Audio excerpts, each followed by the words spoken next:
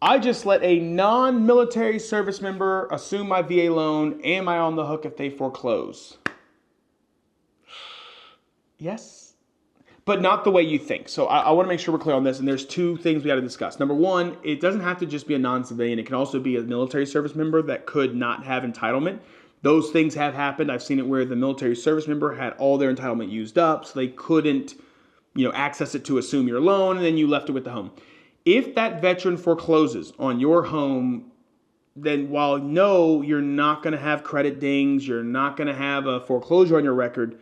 Yes, you will have one major problem. Probably the biggest and most important problem is the fact that your entitlement, that entitlement used to purchase that home, will stay tied up with that home during the foreclosure process, which means you've temporarily lost access to it until you pay it back. And that kind of defeats the whole purpose of letting somebody assume the loan if they're going to lose it to foreclosure.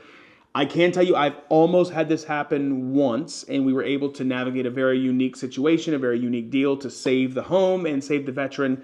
I'll have to tell you about it later. But there are a number of ways that we can save your home and protect you from this. But 100%, if they are a non-veteran or a veteran that has no entitlement, there's a good chance your entitlement will be tied up and will be lost temporarily. I got to make sure temporarily. I'm going to do a whole video on myths and misconceptions, and you're going to love it.